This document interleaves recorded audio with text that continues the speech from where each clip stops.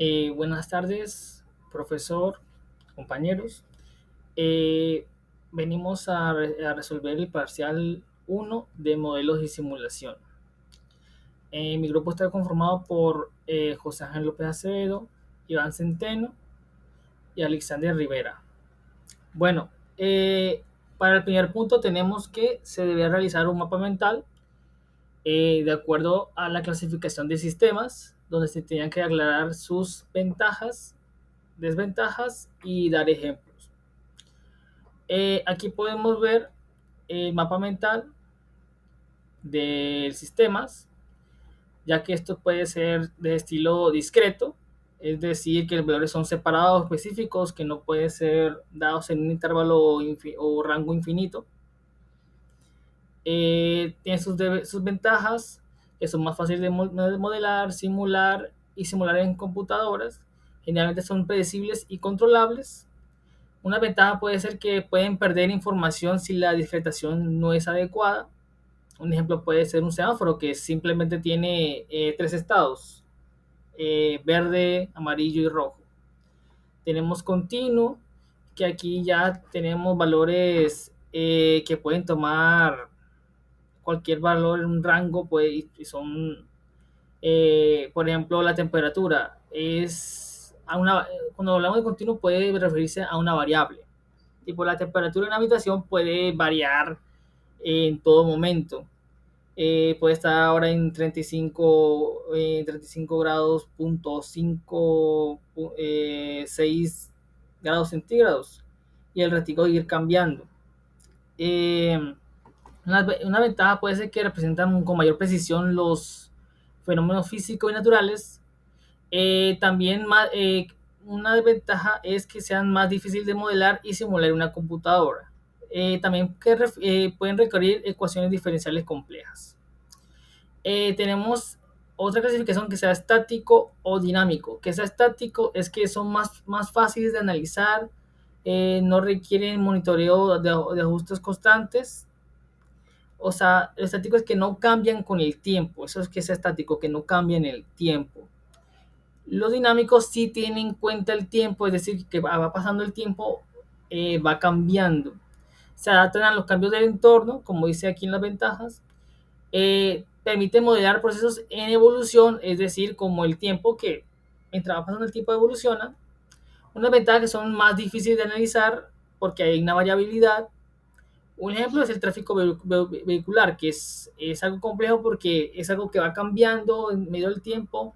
Pasan tres vehículos, en otro momento, en otro segundo pasa solo uno, o pueden que pasen dos a la vez, o no pasen ninguno en ese intervalo de tiempo. En determinístico, es que su evolución completamente está definida por sus condiciones iniciales. Es decir, eh, una ventaja de que se puede predecir con precisión si se conocen las condiciones iniciales, como dije, y sus análisis y modelados suelen ser los más sencillos.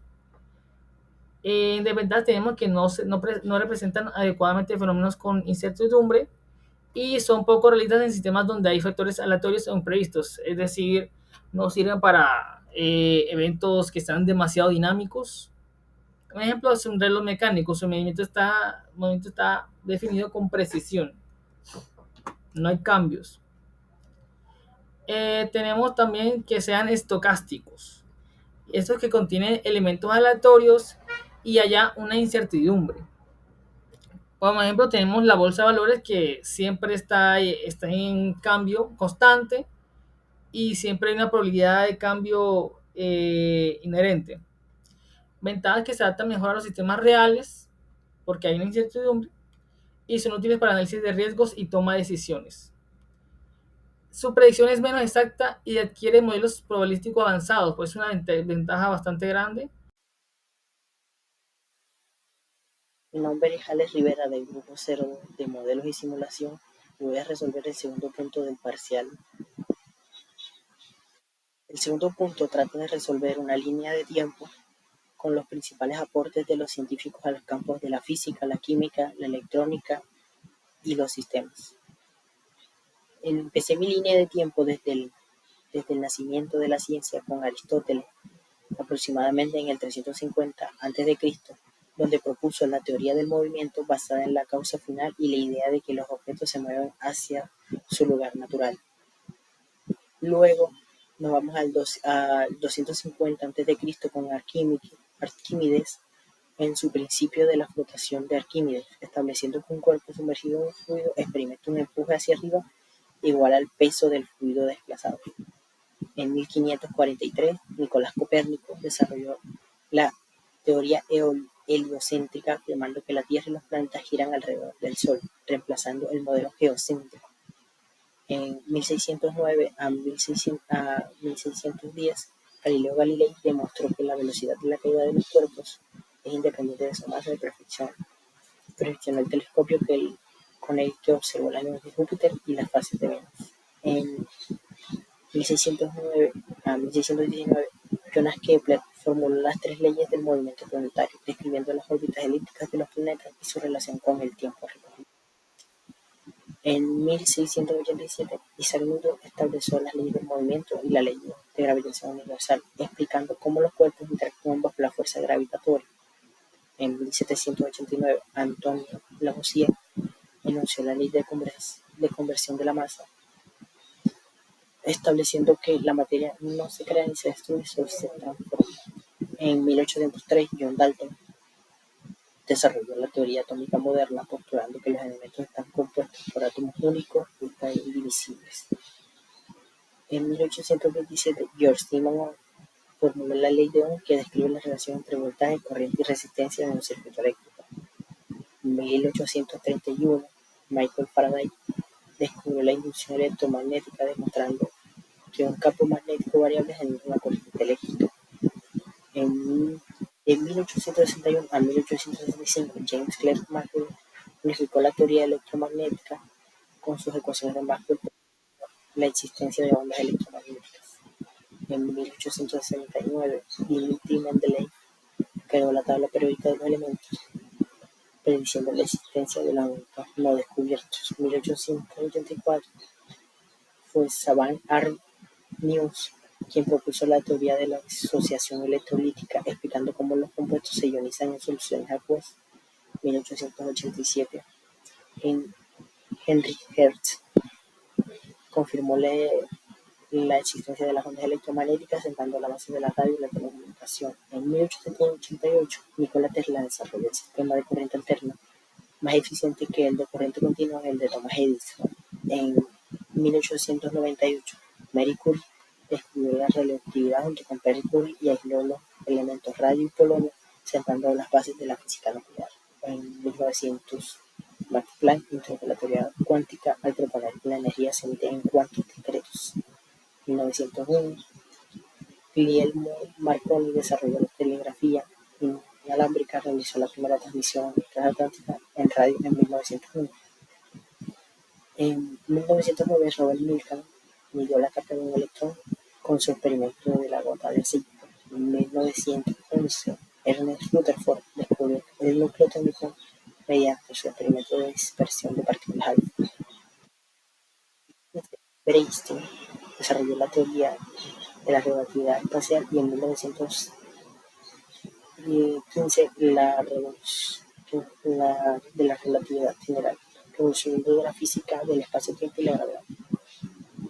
En 1916, Gilbert Lewis introdujo la teoría del enlace covalente estructurado de Lewis para representar electrones, átomos y moléculas.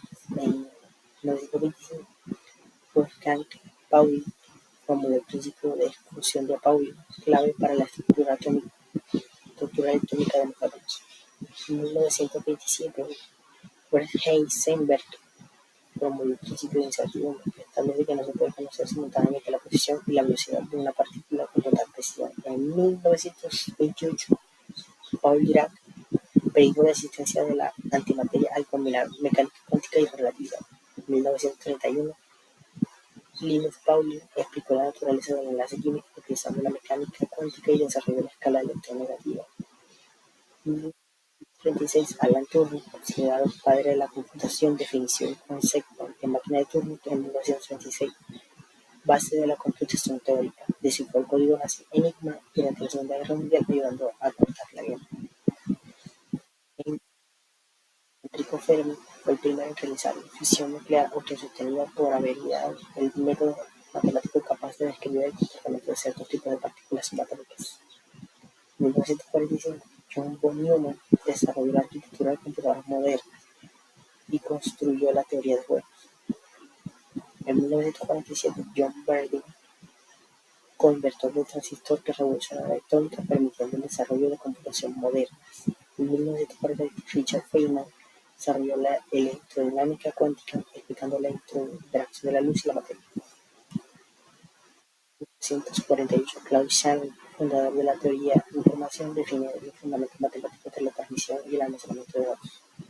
En 1990, Robert Wiener, fundador de la cibernética, establece la teoría del control de comunicación en máquinas y seres vivos. Grace Hopper, pionero en la programación, desarrolló el primer compilador y sentó las bases del lenguaje COBOL. Bueno, aquí vamos a iniciar la simulación del trabajo. Les voy a mostrar aquí. La primera es la del decreto 1279, que aquí vamos a simular. Hicimos una simulación con unos gráficos, que es el que tenemos aquí.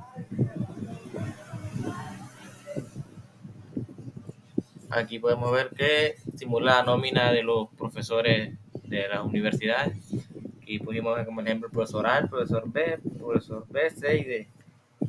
Y como podemos ver aquí multiplica, o sea, acá tenemos toda la lógica donde aquí se inicializan las variables, los datos iniciales de los profesores, se pone por categoría el salario base, por producción y por la experiencia.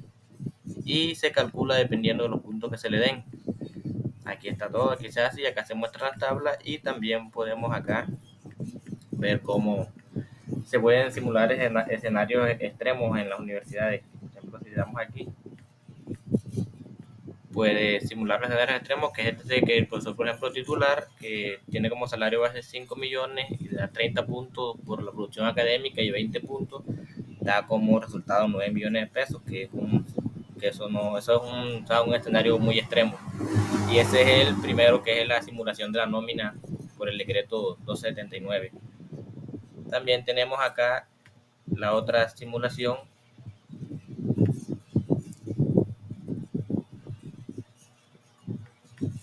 que es la del decreto por el acuerdo 006, que toma lo mismo, toma el tipo de, que este es por tipo de contrato de cada profesor, que sería ya por asignatura, por medio tiempo, y ahí se le coloca por el valor a la hora y por las horas trabajadas. Y aquí podemos ver la simulación, que es esto. También se le pueden simular contrataciones, escenarios extremos, que en este caso serían las contrataciones masivas. Si se contratan muchos profesores, o sea, podrían ver acá que según el número de horas contratadas, el valor de la hora y duración de meses, se puede llevar a escenarios extremos, como en este caso 13 millones de pesos el salario total, o 10 millones de pesos, 10 millones 440 el salario total. Y ya esa sería. Y el otro, que sería la de... y aquí pues, bueno, se puede ver donde se inicializan las variables de cada profesor. En este ejemplo tomamos profesor A, profesor B y profesor C. Y en este, el salario 3, que es la combinación del acuerdo y de los dos acuerdos. Eso. Entonces en este tenemos vamos a iniciar también la simulación. Lo realizamos en JavaScript. Y aquí sería la simulación de nómina del docente completa, teniendo en cuenta los dos. También se pueden llevar a simular contrataciones masivas, como la que tenemos aquí. Como en este caso, que aquí aparece NA porque como es dependiendo del acuerdo, el 006 o el decreto 279, entonces como no tienen las mismas características, entonces para algunos se cumple, por ejemplo, producción académica o los años de experiencia o el salario base, ya, o sea, se diferencia dependiendo del decreto o del acuerdo. Y ya se pueden también hacer las contrataciones masivas, que son estas, por ejemplo, de 15 millones y de 15 millones. Y ya eso sería toda la muestra de la simulación que realizamos.